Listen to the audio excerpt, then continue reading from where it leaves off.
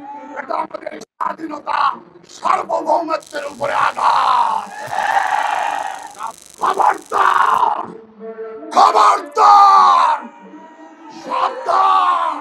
আপনারা এদেশের সমকামিতাকে আইনি রূপ দিতে চান। ভারতে সংখ্যালঘু মুসলিম সম্প্রদায়ের উপরে যুগের পর যুগ ধরে অত্যাচার চলছে, কাশ্মীরে অত্যাচার চলছে, সেখানে মানবাধিকার কমিশনের কার্যালয় খোলেন নাই। চীনের দুই ঘরে অত্যাচার হয়, কার্যালয় নাই। রাশিয়া ইউক্রেনকে তছনছ করে দেয়, আপনাদের কোনো কার্যকর ভূমিকা নাই। বাংলাদেশে এই কার্যালয় প্রতিষ্ঠার এত দরদ দুপুরে পড়বে কেন? এটা দরদ নয়, এটা আন্তরিকতা নয়, এটা আমাদের স্বাধীনতা সার্বভৌমত্বের উপরে আঘাত।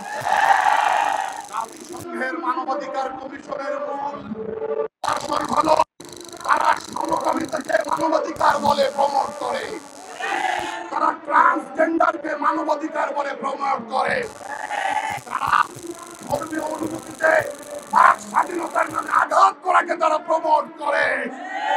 আমরা এগুলোকে মানবাধিকার বলি না।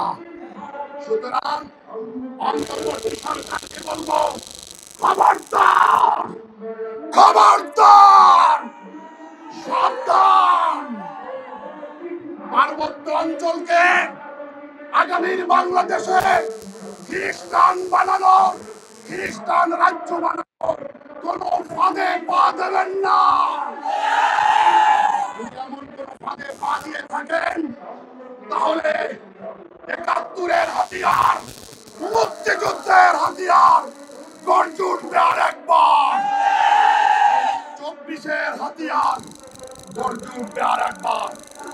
অনতিবিলম্বে বাংলাদেশে এই মানবাধিকার কমিশনের কান্ট্রি অফিস স্থাপনের চুক্তি বাতিল করতে হবে।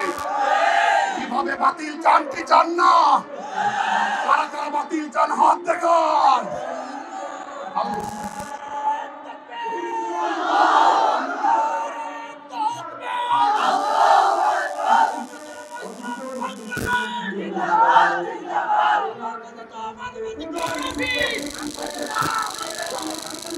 আমরা আন্দোলনের মাঠ থেকে সরে যাব না।